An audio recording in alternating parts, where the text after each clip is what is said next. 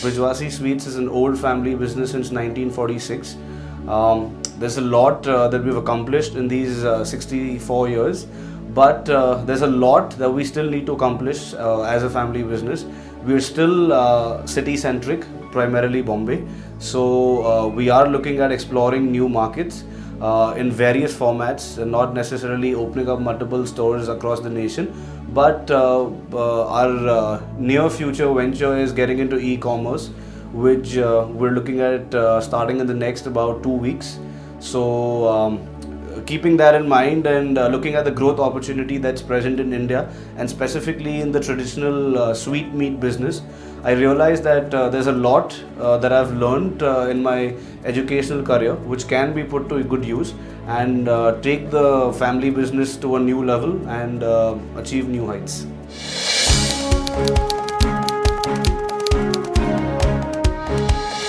Some of the challenging points presently faced by us are, well, certainly your ever increasing real estate costs in terms of renting out properties, or considering that before opening up new outlets. Secondly, it's the manpower crisis. The idea is there is a lot of manpower available in India, but specifically when it comes to trained people, or people who can actually manage your consumers in the way they should be, is something that I feel is seriously lacking. Yes, there are efforts being made by the industry of creating training schools and giving them that platform where they can come learn, better themselves, and help companies grow. Because at the end of it, I feel your manpower is the critical component for a company moving ahead.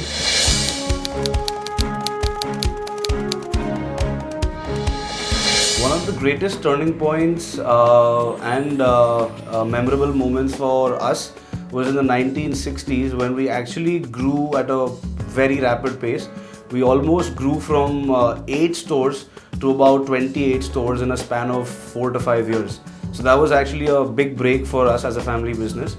And now in 2010, with so many competitors and so many sweet shops in one city, what we're actually looking at is expanding our base and our offerings. So we have launched a new brand just recently by the name of Peach 11, wherein we're trying to cater desserts and breads for the younger generation, which actually continues to remain untapped.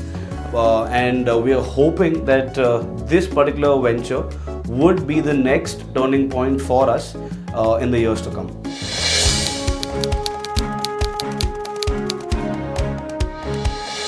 Going back to the 1990s, that was one period where we actually experienced a slowdown in our growth, and that was the time, if at all I could go back, what I would try and change is we've always worked on a small store format ranging between 200 to 400 square feet, with very few exceptions that actually go up to about 1000 to 1500 square feet.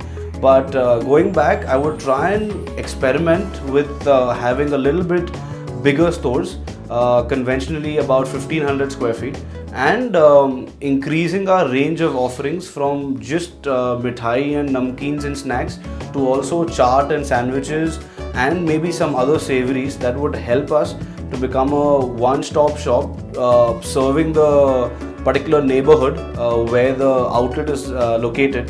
That way, I feel that experimenting way back, it could actually have helped us continue the growth that we were experiencing way back.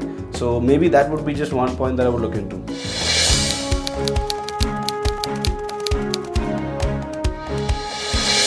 The 3 critical factors I believe in making our business or any business successful would be keeping your costs in check. Second would be investing in your manpower, and thirdly, I would say, is innovation. Every now and then keep re-looking at your model and trying and see as to how you could reinvent something.